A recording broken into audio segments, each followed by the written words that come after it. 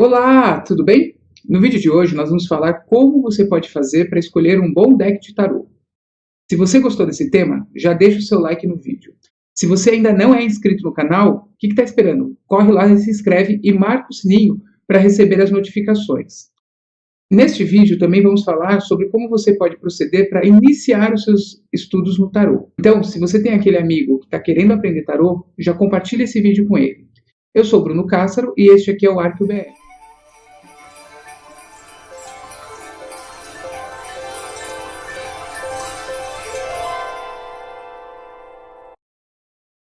Bom, como escolher um bom deck de tarô?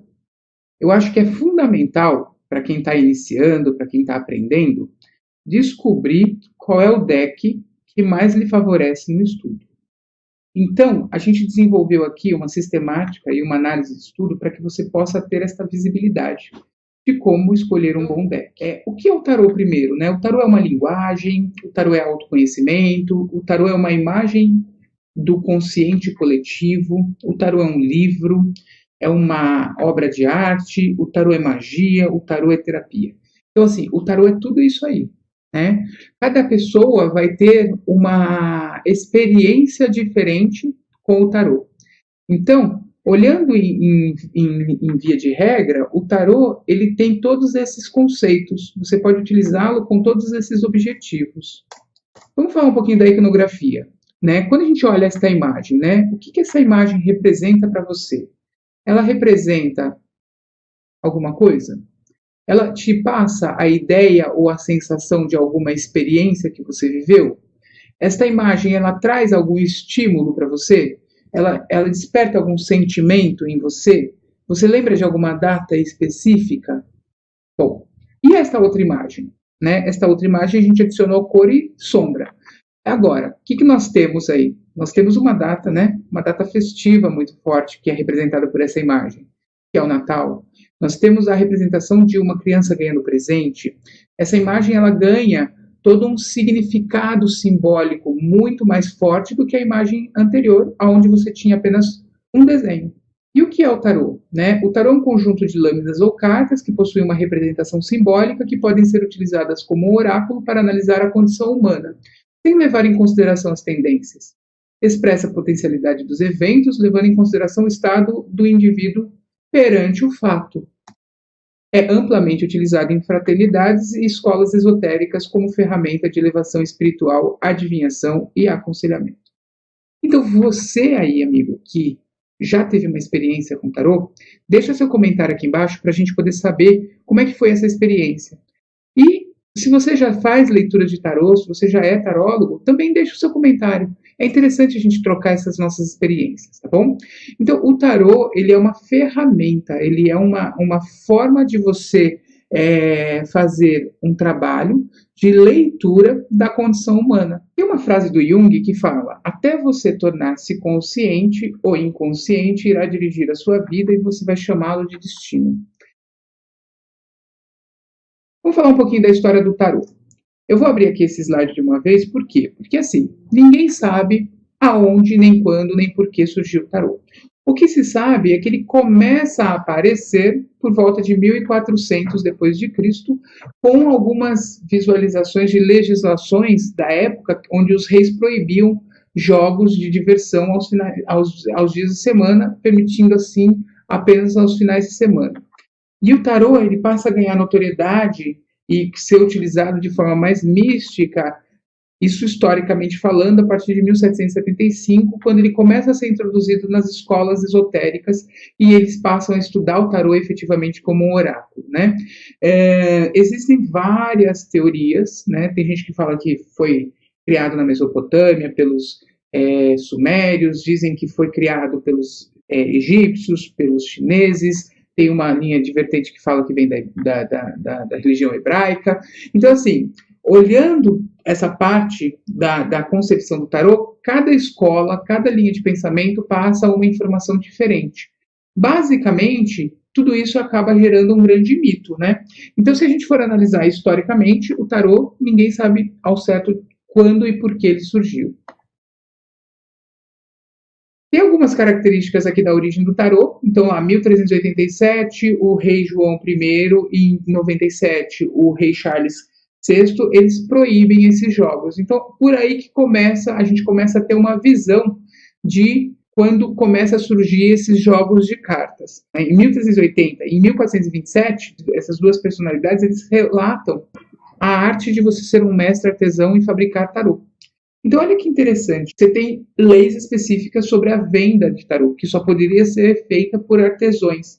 Então, observem que a origem do tarô, ela não é muito certa, mas a gente tem conceitos históricos de que ele foi uma ferramenta muito relevante na sociedade durante muito tempo. Como é que está estruturado o tarô? Então, por volta de 1600 surgiu uma convenção e que se estruturou o tarô com 22 arcanos maiores. 22 arcanos maiores são cartas que têm uma característica mais macro de visualização, elas mostram uma ideia generalista e são símbolos evolutivos. Os arcanos maiores, eles transitam pelos 4 planos, né? O espiritual, o sentimental, o mental e o físico. Então, esses aqui são os arcanos maiores do tarô. Então, se a gente for começar a dar uma olhadinha, de baixo para cima, né, a gente tem o louco, o mago, a sacerdotisa, a imperatriz, o imperador, e por aí vai. Então, eu tenho 22 cartas, que são cartas que mostram arquétipos. Uma carta pode ter mais de um arquétipo, mas elas mostram arquétipos da vida e do cotidiano do ser humano em si. Depois eu tenho os 56 arcanos menores, que estão divididos em 40 cartas numeradas e 16 cartas de corte. As cartas numeradas e as cartas de corte, elas são divididas em naipes, paus, espadas, copas e ouros, que representam cada um os planos da existência da mente humana. O plano espiritual para paus, o plano mental para espada, o plano sentimental para copas e o plano material para ouros. Então, quando a gente olha o tarô, ele é segmentado nessas 56 cartas, né? Quando a gente olha cartas de corte, ele também é segmentado. Além dele ter a segmentação por naipe, ele também está segmentado por pajem, cavaleiros, rainhas e reis. Quando a gente fala da carta de corte, ele representa personalidades da corte da Idade Média. Então, por exemplo, na Idade Média a gente tinha o pajem. Quem era o pajem? Era aquela pessoa mais jovem, que tinha dedicação e que fazia as atividades ali para apoiar a realeza. O cavaleiro, quem era o cavaleiro? Era uma pessoa da corte que ia para a batalha, que tinha iniciativa, que lutava em nome da honra. Quem eram as rainhas? Elas eram as pessoas que faziam a preservação do poder. Elas mantinham uma vitalidade e um conceito de patriarcado. E os reis? Os reis eram os que dominavam, eles eram os líderes do reino e também tinha a questão do patriarcado. Então, por isso que a gente tem essa concepção dessas 4 personalidades dentro do jogo de tarô. E a estrutura das cartas numéricas, elas respeitam aí uma visão meio que pitagórica dos números, né? Então, o As representa início, o 2 reflexão, o 3 difusão, o 4 estabilidade, o 5 renovação, o 6 alteração, o 7 progresso, o 8 regeneração, o 9 desenvolvimento e o 10 realização. Como é que a gente pode fazer para escolher um bom deck de tarô, né? Então, primeira coisa, a gente tem que saber que existem 4 tipos de tarôs. Existem tarôs tradicionais clássicos, tarôs tradicionais modernos, transculturais e surrealistas. Os tarôs tradicionais clássicos, eles respeitam o padrão do tarô de Marsella. Então, ele tem 22 cartas nos arcanos maiores, 56 nos menores, exceto as cartas dos arcanos maiores e as cartas de corte, as demais cartas não têm figuras que representam cenas. Elas têm figuras que representam números. Então, se você observar ali embaixo, a gente tem ali uma carta de 2 de paus, a gente tem uma outra carta ali representando o 9 de copas e uma carta representando o 10 de ouros. Então, essas cartas elas não têm figuras, elas não têm cenas.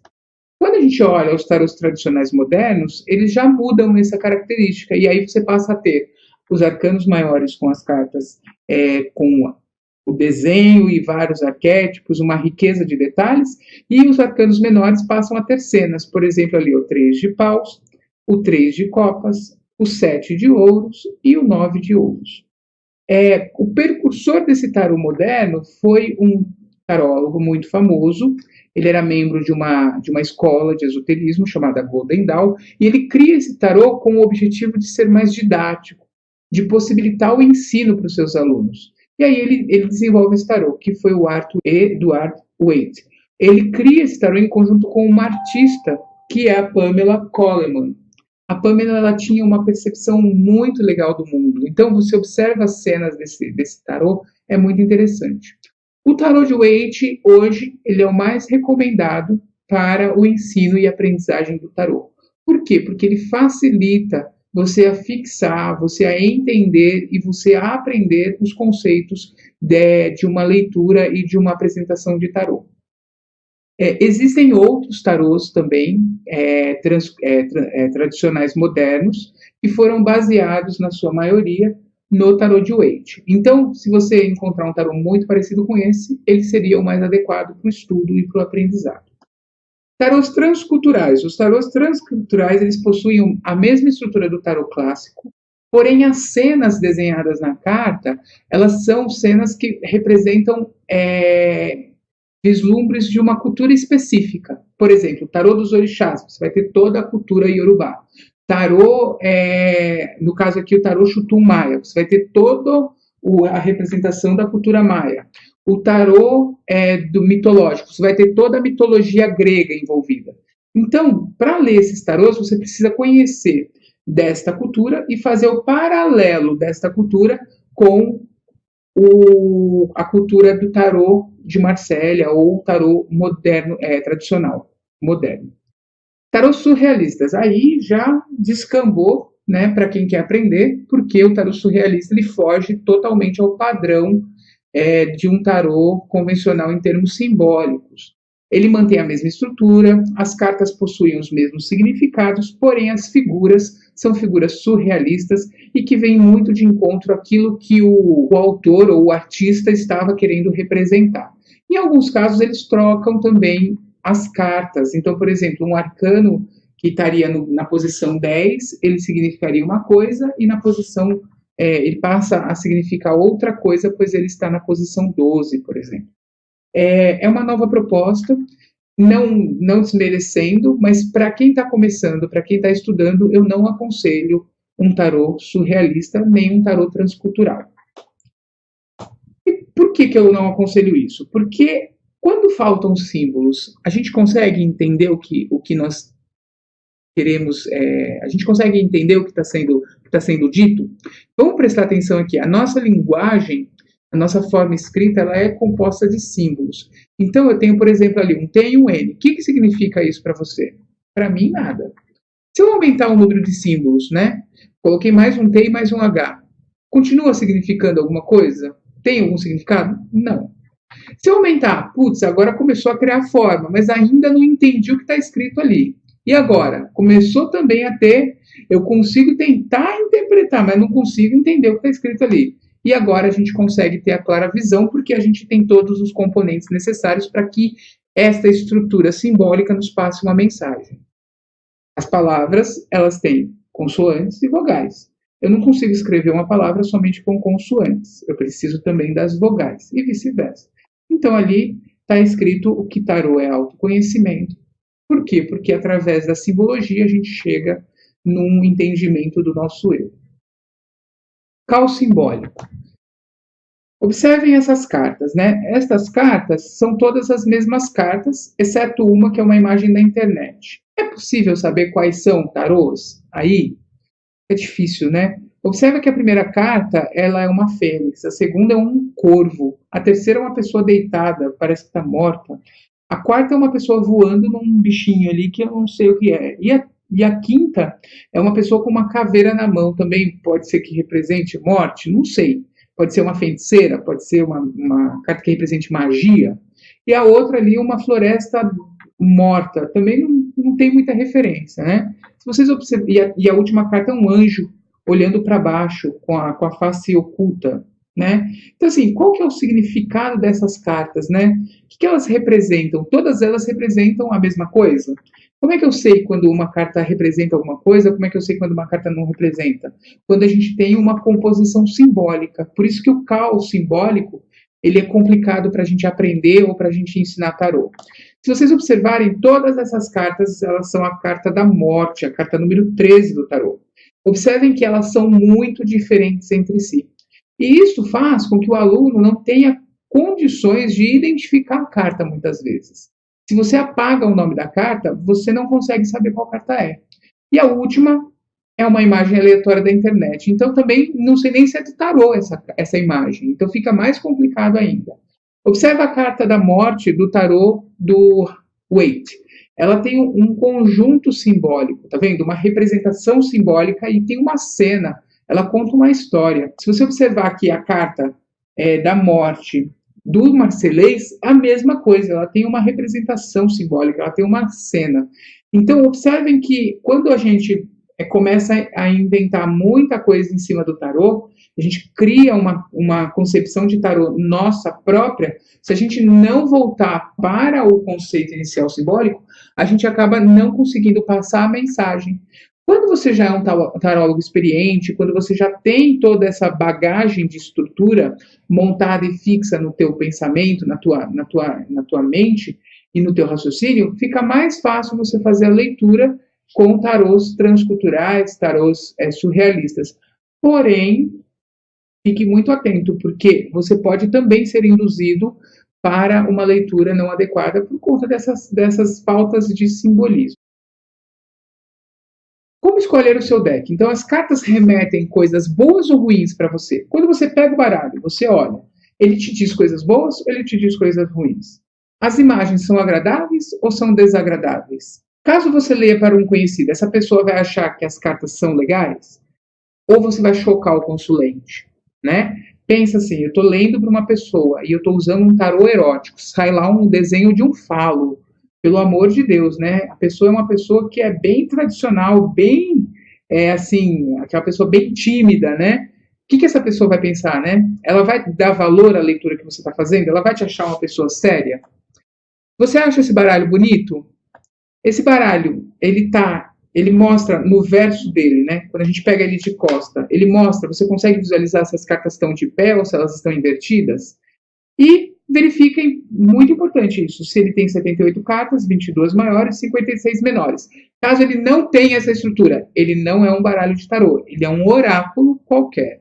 E oráculo qualquer a gente lê como o oráculo foi desenvolvido para ser lido.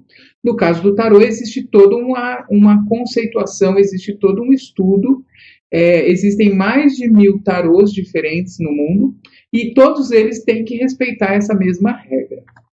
Veja se não vieram cartas repetidas, porque às vezes você compra o baralho e aí você começa a mexer e aí está faltando uma carta, ou veio 2 cartas iguais, está faltando uma, ou veio 2 cartas. Teve um baralho que eu comprei uma vez que vieram 3 cartas iguais.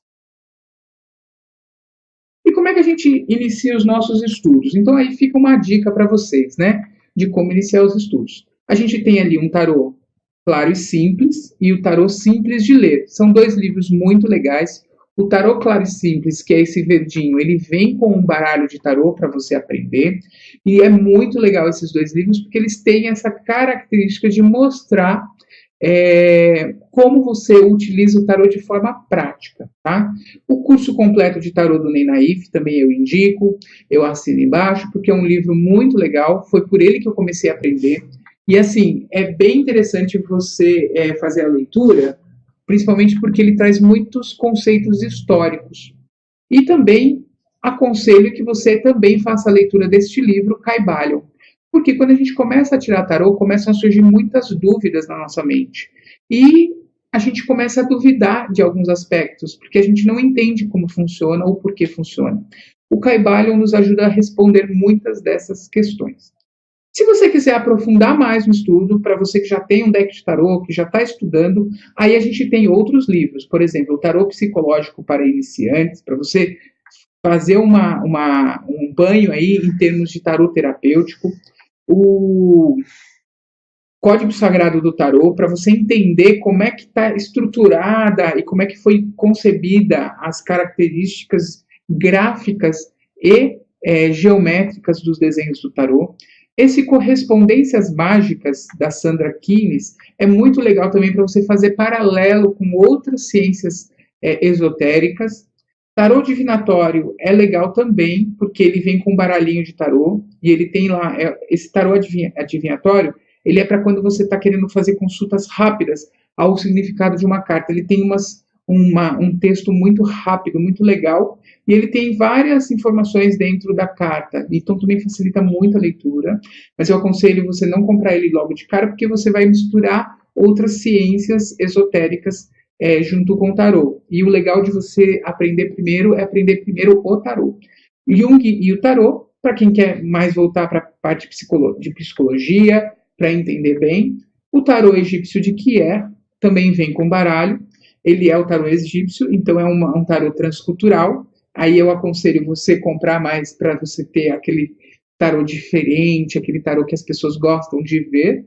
E o tarô Zen de Osho, que é um tarô transcultural, surrealista.